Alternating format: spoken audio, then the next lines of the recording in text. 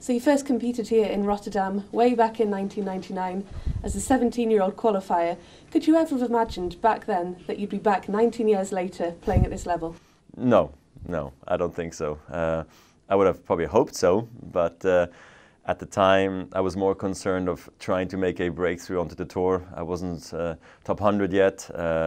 I still had blonde hair. It was still growing out from the time when I won the Junior World Championships at the end of '98 in Miami. And shortly after that, I cut it off then during the clay court season, I remember. So things were totally different way back when. But I love looking back at my run here in '99. Like you said, I came through qualies, made the quarters. I was up, I think, breaking the third against Kafelnikov. And it was just a wonderful experience. And always then consider Rotterdam as one of my favorite tournaments on the tour. So you've obviously got some good memories here, and you could make another one this week if you return to world #1 with a semi-final appearance. What would that mean to you to become world #1 again, the oldest world #1, and 5 years on since you last did it? I mean, it would be absolutely incredible, you know.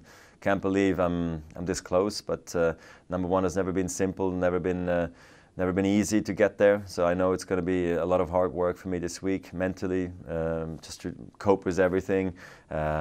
Just also not thinking too far ahead of maybe next week, the following week, what could it mean to me? Because I'm not there yet, and as long as you're not world #1, you're not. So it's that simple. But I think it would mean a lot to also my team, my family, my fans, you know, everybody who's been so supportive along the way.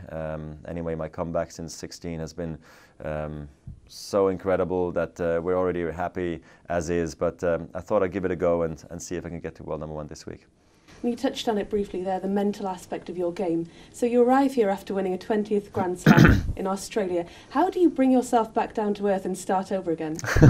Well, I took a rest, #1, you know, in the first week right after the Australian Open. We were home with friends and family, but especially family, just getting away from it all, because there was a lot of people in Australia, and now there's a lot of people back in Switzerland again visiting us. So, you know, if I'm here, it's because I really want to be here and really want to give it a chance and see what happens, you know. And my family, my wife, my friends, my coaching team, everybody needs to be on board with this decision, really. But at the end of the day, in my gut, I need to feel that's the right thing that I'm doing, and not just that it's okay to do or I'm supposed to be doing this. This is the wrong reason to come here. But honestly, like I said, the memories are very strong from this tournament. It is one of my favorite. I love playing here. I won here, I think, in 2012 also when I came. So I know it suits me well, this tournament, and it's not far away from home. So that also made the decision much easier.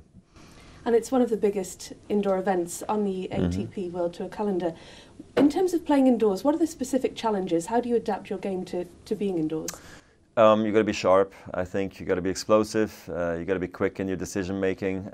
Very similar to fast court tennis outdoors, like in Australia, for instance. You know, sometimes people struggle with the light. You know, the artificial light for some makes it very difficult to see the ball. Whereas outdoors, maybe it's more clear. I'm not sure, but. Yeah, I mean, I think playing aggressive and playing forward and taking charge of the point is definitely what you should be doing indoors.